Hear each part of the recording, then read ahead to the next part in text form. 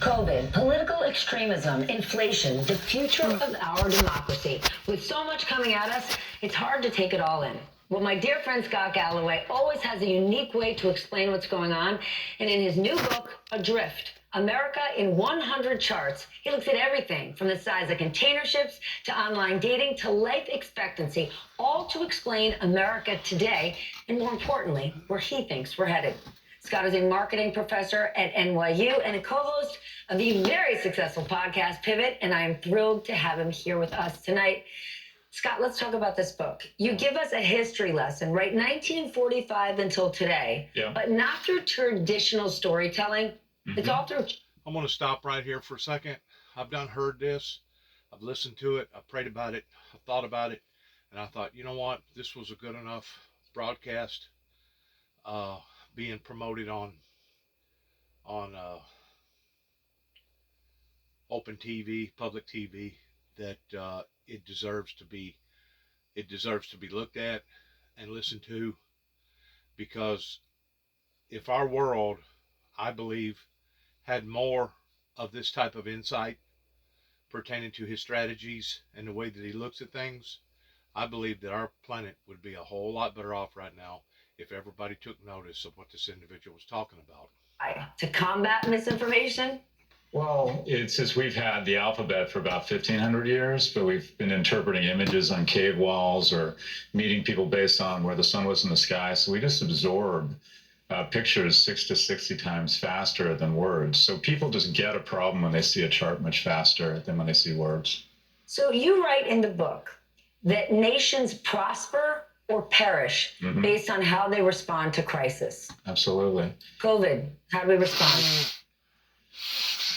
We're going to need a bigger boat. I think it's a mixed bag. First off, it demonstrates what's best and what's, I think, worst about America right now. The first is no one's lining up to get a Chinese or a Russian vaccine. The most important product of the last 50 years isn't the iPhone. It isn't the microprocessor. It's the vaccine. We would have lost another 1 to 2 million people without these vaccines. We have the best scientists. We have the best distribution. But at the same time, despite the fact that we had these vaccines, the polarization in our society meant a lot of people unnecessarily perished. And we also we politicize them, we're angry about them, and we don't celebrate the fact that the brightest people in the world all want to come here. We don't celebrate the fact that these vaccines were essentially government funded. And whether it's Moderna, Google, or Apple, we have a small group of people who are the most fortunate people in our nation, tech billionaires, who tend to be the first ones to sort of criticize the government, not acknowledging that every one of these big companies has built a layer of innovation on top of middle-class taxpayer investments that were very forward-looking. That's where I want you to go, because when you talk about the greatest innovation, you don't actually say the vaccine. You don't say the smartphone or refrigeration. You say our greatest innovation is the middle class. Explain this to us. Well, I agree with Peter Drucker, the economist in the 60s. The whole point of an economy is to create a middle class. They fight our wars, they pay our taxes, they're responsible for the majority of society's gains. And to a certain extent, the greatest, you could argue, one of the biggest accomplishments of the last 50 years is when you really want to explain China's relative ascendancy, it's that they have brought 500 million people into the middle class, whereas our middle class has declined.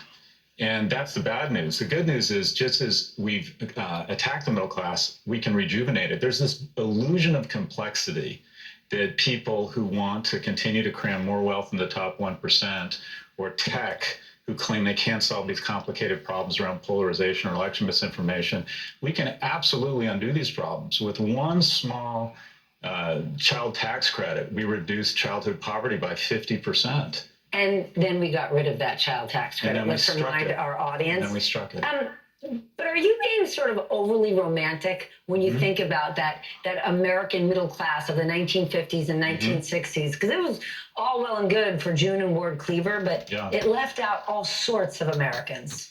Yeah, the heteronormative view that we associate with the middle class no longer makes sense, right? Only a quarter of America is the traditional heteronormative household. But at the same time, a middle class household that has a compact with America that their kids will do better than them always happened until the last 5 years. For the first time in our history, a 30-year-old man or woman isn't doing as well as his or her parents were at the age of 30. And at the end of the day, that's the whole shooting match. That's all we want, right? Is we want to be part of the society where we pay taxes, we work hard, we play by the rules, such that we can be successful, and more importantly, our kids can be more successful than us. Was that the most distressing chart for you? Because you these charts are like a tour of doom. Right? And we like to say, I just want to live in a country, I want to create a world where my kids get to live in a better, smarter, stronger place. That chart, was that the toughest reality for you to look at? You know, I think the most upsetting chart is one that gets a lot of attention for the wrong reasons, and that is the Pew did a study on young adults. And when you're walking down the avenue that is America, 1 in 3 men under the age of 30 haven't had sex in the last year. And you hear the term sex in your brain and your neurons. With another person? Because porn has never been bigger. Well, that's an entirely different talk show, and I would acknowledge we're in the midst of the greatest unsupervised experiment on young men in history, and that is porn. And they're having sex, it's just not with anyone else. And I would argue that it not only creates unreasonable expectations around a relationship with a woman, but it decreases their mojo to go out and develop the skills to actually have their own physical, intimate encounters. But going back to the fact that so many few men are establishing relationships, sex is a key component of establishing what is the elemental foundation of any society, and that is a long-term loving relationship. And we are producing too many young men who aren't attaching to school, they're not attaching to work, and they're not attaching to romantic partners. The most dangerous person in the world, Stephanie, is a young, broke, and alone male, and we are producing way too many of them. A young, broke, and a lonely male.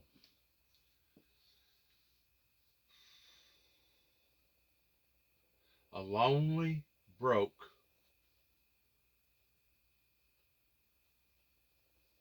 male that basically feels like that the world has totally collapsed on him and around him, and now all he can see is doom and gloom. What has caused this? What has contaminated the millennials and those below the millennials right now so deeply and profoundly? What has done this? I think anybody knows what my answer is going to be pertaining to me being a religious tycoon in regards towards looking at everything from a spiritual matter versus a physical matter. People have been misled. People have been led astray. People have been bamboozled. People have been deceived. People have been talked into going into a particular direction that they thought was cool or all right. And now we're figuring out that those directions are not cool. They're not all right. And of course, whenever you have the imbalances with the Homo sapiens, you also have the imbalances pertaining to the forces of nature, and the forces of nature starts lashing out because we wasn't paying enough attention to the signs pertaining to global warming and all the sinful activity going on in the world. And I've said this before and I'll say it again. God is only committed to those who are committed to them. God is only committed to those who are committed to him. I'm going to say it one more time. God the Father is committed to those who are committed to him. And if you're not truly committed to him, and I'm not saying that you're going to be perfect, because God only knows I'm not. And it just makes me sick at my stomach every time I fail God, either emotionally or physically or financially or whatever. I mean, it really does. It breaks my heart. So I know that if it breaks my heart, it's bound to break his. But God is not obligated to take care of the wicked and the demonic and those that will not listen. And the reason why I know this is because the scripture says, Jesus said, that I did not come for those that needeth not a physician, but for those that did. Okay? I did not come for those that needeth not a physician.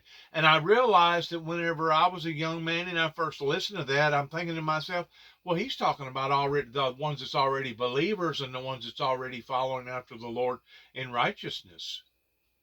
Is it? Is that really what he was saying? Or could it possibly be the group of people that just don't want to listen, that are beyond the point of repair, and now they have basically walked out into the abyss of doom and gloom, just like the Bible talks about, that he'll give you over to a reprobate mind and let you believe a lie and be damned, to the point that if you're not willing to be obedient and submissive to God, he will basically do just exactly that. And I put it in the paraphrase that if you continue to bite the hand that feeds you, eventually the hand will quit feeding you. In other words, if you're no longer grateful for the adequate rains, for the adequate sunshine, for the adequate this and the adequate that, if you're not grateful for those things that God is blessing you with, he'll quit blessing you with those things. He'll retrieve those things. He'll pull those things away from you. Because like I said a while ago, he's only obligated to the ones that are obligated to him.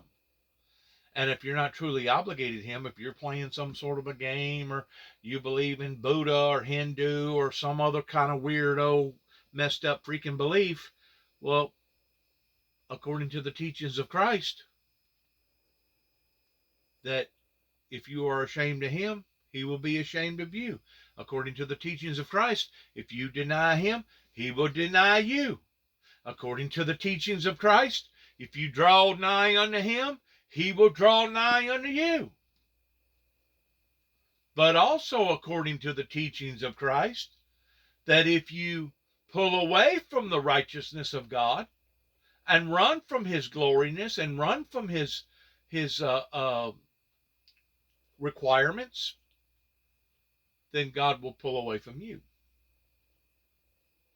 It's pretty easy. Okay? It's pretty easy. And it goes back to the original concept that, hey, you wash my hand, I'll wash yours. You pat my back, I'll pat yours. You follow in pursuit and standing in my corner, and I'll stand in yours. But God is not committed to have to bring blessings and tremendous wealth and prosperity to a group of people that are just playing games with him. And this is the results from that. Because Satan obviously has come into our lives. He's come into the churches. He's come into our politics. He's come into our businesses. He's come into our relationships. He's come into the way that we've treated and raised up our children. And these are the complications and the consequences on account of it. It's really sad. Yeah, and the fact that Let's back it up one more time, and I ain't going to interfere this time. Just listen. They're not attaching to work, and they're not attaching to romantic partners. The most dangerous person in the world, Stephanie, is a young, broke, and alone male. And we are producing way too many of them. And the fact that half of kids under the age of 18, or only 50% of kids who are not seeing their friends every day, or it's been cut in half, the fact that in the next 5 years, there's going to be 2 female graduates of college for every 1 male graduate. And something we don't acknowledge on the left is that women aren't interested in mating with men who aren't economically viable. But why do we hate those women? Because when it was reversed, when it was more men graduating from college, you didn't see women lining up to hate them. And now those young men look at those women, those successful women, and they look at them with anger, with fury. The reason why that they're doing that is because they don't have nobody else to lash out to. In reality, it is the adult society that has failed the young society. And if anything, they're beating a horse on the wrong end, because the ones that they should be angered at is the adult society that has led us down this endless road of doom and gloom. They're already fixed. They've already got their golden nest egg. They've already got their nice homes and their nice cars and their nice bank accounts. And all these young people can see that. So because they're the invincibles. And whenever I say they're the invincibles, those are the ones that can fight you the most in a courtroom towards hiring a top-notch attorney and coming after you if you wind up insulting one of them. So they basically go for the second best, which is, well, I'll just pick on the female competitor because I really can't I can't really pounce on this one over here because he or she is already well established. They're a pillar of the community. They're worth a couple $1 billion, and if I say the wrong thing to them, the next thing you know, I'm going to be standing in front of a judge giving account for what I said to that person or what I've done to that person. That's why. That's why. We want to look at the disease, but let's look at what caused the disease. It's kind of like cancer. If you haven't taken care of your life, and you've been in bars all your life, and you smoked all your life, and you didn't take care of your health, it's self-explanatory why you wound up getting lung cancer. Or if you was around people that was smoking all the time and you was inhaling secondary smoke, odds are you're probably going to wind up suffering the consequences on account of that. It's pretty obvious that we're beating the horse on the wrong end. And if the truth be known, who we ought to be reprimanding are those who have failed us. The bankers, the lawyers, the judges, the doctors, the so-called upper class society. Those are the ones that has failed us, and those are the ones that need reprimanded because they have failed the middle class. There's no doubt the middle class is, in fact, the fundamental future for all nations. Because once you get so old, guess what? You can't produce kids. You can raise kids, raise your grandkids or something, or foster kids, but you can't have kids because now you've already went into that phase towards slowing down. You're not near as rambunctious as what you used to be, et cetera, et cetera, et cetera. Of course, whenever you're young, you can't be productive to society because you're too young. You can't have kids ordinarily. You can't get out here and drive a truck or drive an airplane or get out here and work in a factory somewhere and do a critical, sensitive job. I mean, it's the middle class that is the breadwinners to the older class and the younger class. And if we don't concentrate in the middle towards making sure that we have a stable environment for them to have the opportunities, the same type of opportunities that the older class had towards becoming successful in life, then obviously crime is going to rise, drug use is going to rise, abuse is going to rise, divorce cases are going to rise, everything else is going to go sour. Everything else is going to go sour if the leadership fails. And that's that way in any society, in any country, whether or not it's on this side of the equator or the other. Explain this one to me. So you're absolutely right. And when these men get isolated, they are more prone to misogynistic content. They're less likely to believe in climate change. They're more prone to the conspiracy theory. The guy who attacked Salman Rushdie, that wasn't about fatwa. That was about a young man living in his mother's basement. So what I would argue, though, and I get pushback from feminists on this, that I want to be clear. No one has an obligation to service men who aren't having sex. When I was in college, the majority of my friends were having sex with other men. What I would say, though, is unless we make an investment in young people such that they're economically viable and they can establish relationships, and part of that is discipline around not watching a lot of porn, getting a job, going to school, taking responsibility for your own life. But without a viable class of young men who are doing well, no group has fallen further faster in our nation than young men. Do you think this divisiveness, this isolation is worse than it's ever been before? Mm-hmm. Or do you think it's just on display because social media magnifies it? Well, it's not just social media. It is worse. I mean, another disturbing chart, 54% of Democrats are worried that their child is going to marry a Republican. A third of each That's party. absurd. A third of each party sees the other party as a mortal enemy. There's a great photographer colorizing World War II photos, and there's this wonderful photo of these young men with getting off a landing craft going onto Omaha Beach in the invasion of Normandy. 2 out of 3 get off that beach. Average age 26. Average salary, inflation adjusted basis, $800. I can't imagine any of them looked left or right and knew that he was a Republican or a Democrat. We are geopolitically probably stronger than we've ever been. We're food independent. We're energy independent. The brightest people in the world want to come here. There's more people becoming billionaires. And then when they become billionaires, they decide to turn their company into a nonprofit focused on climate change. The CEO of Patagonia just decided.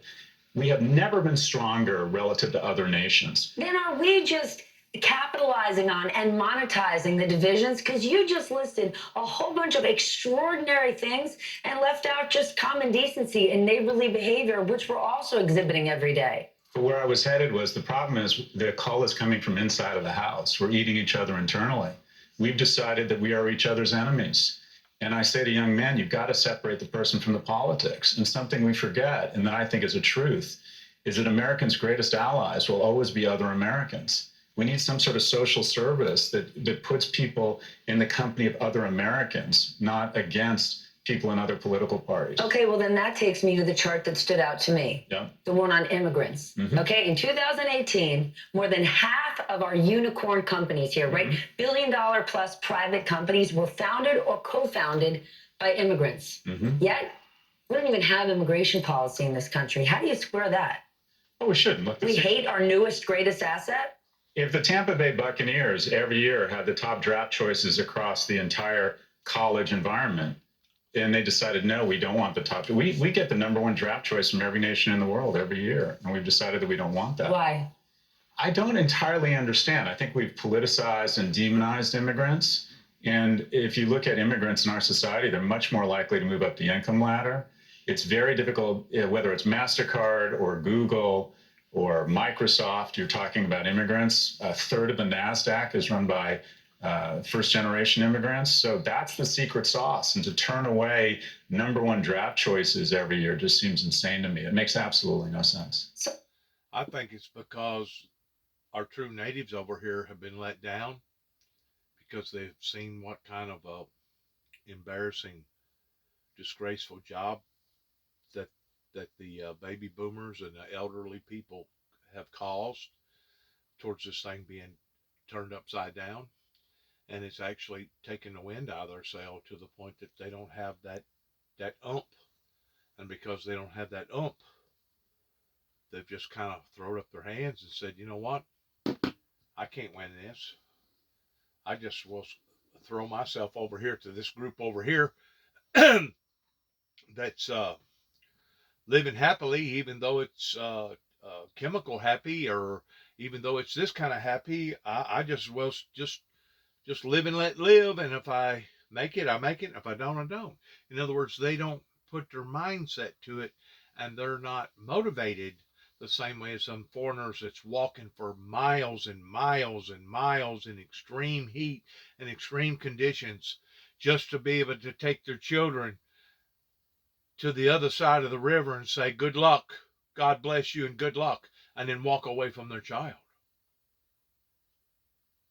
They know in the environment that they're in Mexico and Honduras and Colombia and Venezuela and all them other countries down in the South America, they know that if they stay there, they're going to be just as doomed of those that's fighting and killing and cutting one another's throat, that's basically consuming one another. So they're taking their children and they're dropping them off here and saying good luck. But even we, us, the adults, should be smart enough to see this, and we should be willing to make compromises to the degree that we are building up our future for a better future. Instead, we want to haggle, and we want to argue, we want to debate, we want to get in fights, We want to show our ignorance. We want to get in this pissing contest with one another. And it's all a formula of a environment that it talks about in the Bible of out to kill, steal, and destroy. And if we don't wake up to that before it's too late, we will be destroyed as a society, and the middle class and the young class won't have a chance in ever proving themselves to the rest of the world, because the walls is going to come tumbling down onto their lives to the point that they just won't have a chance.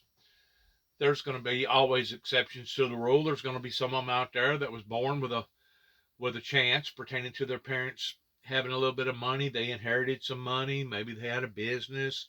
Maybe they done this. Maybe they done that. Maybe they was very smart and conscientious in how that they spent their money. And because of it, the children's got a better chance. But still, it's still going to be awful difficult if everything around them is collapsing. So you got to go to the source. You got to go to the source. It's the same way as treating the pandemic.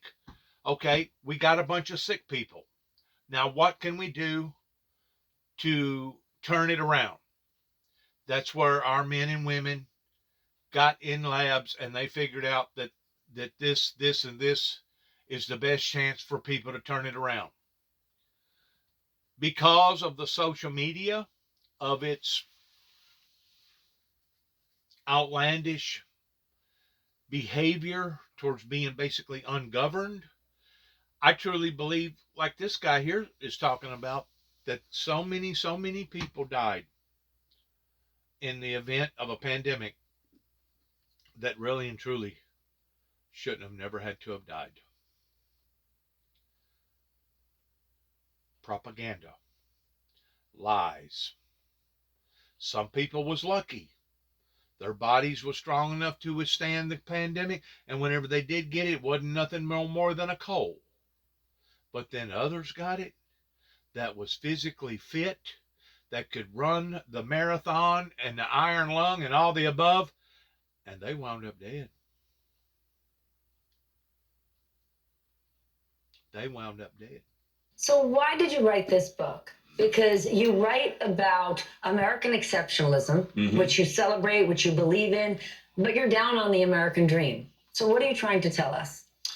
Well, to use an old Bill Clinton adage, I don't think there's anything wrong with America that can't be fixed with what's right with it. We have huge problems, but you have to diagnose the disease and not go after the tumor, go after the disease. We need to identify the young men are failing, that polarization is tearing us apart, that this massive income inequality is not only unjustified, but all of these things can be fixed. Big tech likes to pretend that, the internet is just a mirror of the world, that these problems are complex. And yet we take one account down from Twitter and 30 to 60% of election information, misinformation goes away.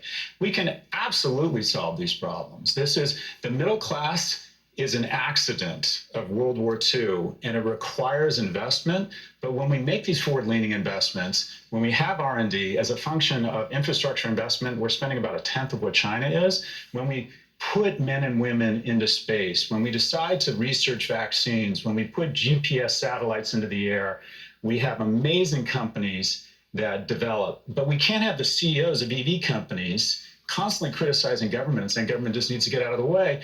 Did he want us to get out of the way when we gave him a $450 million loan?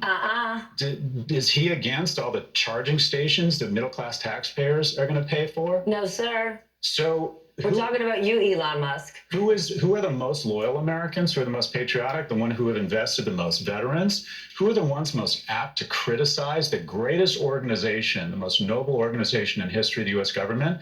Are most fortunate, and that is young tech billionaires. It's time we stopped, quite frankly, S-posting government and realize that we are here, the prosperity we are here, the connective tissue, the thing that connects you and me is this wonderful thing called U.S. government. It's us, and it's been the most successful investor. It's turned back fascism. It's fed the poor. 50% of donations globally come from U.S. philanthropy. And it is time that we said, okay, we're Americans, and let's let's show some affinity and some goodwill for our connective tissue and our institutions, and as the good people in the U.S. government. The thing that connects you and me is friendship. We are real friends. Thank you for saying that. You devoted this book, you dedicated this book to your cousin Andrew, who died of COVID complications. Yep. Why did you do that? That's hard. It's Andrew. Thank you for bringing that up. I wasn't expecting that. My cousin was this tall, strapping, handsome kid, and but strapping and handsome. All that, yeah. Me, but much more charming and good looking. And he made some terrible decisions. He decided not to get vaccinated, and through a series of unfortunate accidents, I could have created a list of all of my family members who were most susceptible to COVID, and he would be at the bottom of the list. But a series of bad decisions, and he ended up on a ventilator and crashed and died at the age of 52 and left a 9-year-old boy an orphan. Why didn't he get vaccinated? A series of bad decisions, but also I think the polarization and politicization of our media that gives young people and a lot of us the excuse to think there's both sidism around science. I think a lot of Americans made terrible decisions, and a lot of people unnecessarily died because of the politicization of everything and the bad feelings we have towards each other, and politicizing science and the truth. And until we have a truth again, it used to be the Republicans and the Democrats came together around this thing called science. We said, okay, this is what the data says, this is what the science says. And now we've politicized science around our political leanings. And I think.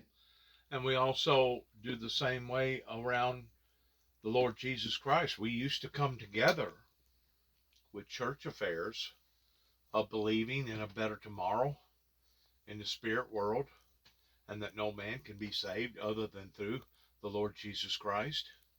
And it used to be one of the elements that drawed or magnetized us into the center of the ring towards becoming that much more stronger. But even today, we got one church member group over here that don't like the other church group over there, and now they're bashing each other and cutting each other's throat, which is totally unorthodox in the way that Christ wanted us to perform towards one another. I realize that not everybody's going to see the same. And none of us is perfect. I don't care how high almighty that you may think that you are. None of us is perfect. And I make my share of mistakes every day towards trying to follow the ways of a righteous, holy, living God. And sometimes I fail. But just because I fail doesn't mean that I'm a failure. That means that I submit, recommit, and get up and shake the dust off my britches and move forward again. And if I fall, I move forward again. And if I fall, I move forward again. And again, until I finally overcome whatever it is, whatever obstacle that is dragging me down, regardless whether it's hate, lust, greed, selfishness, laziness, whatever. Eventually, I'll come out of it if I make my mind up, and if I depend upon God to give me the strength to overcome those obstacles. God will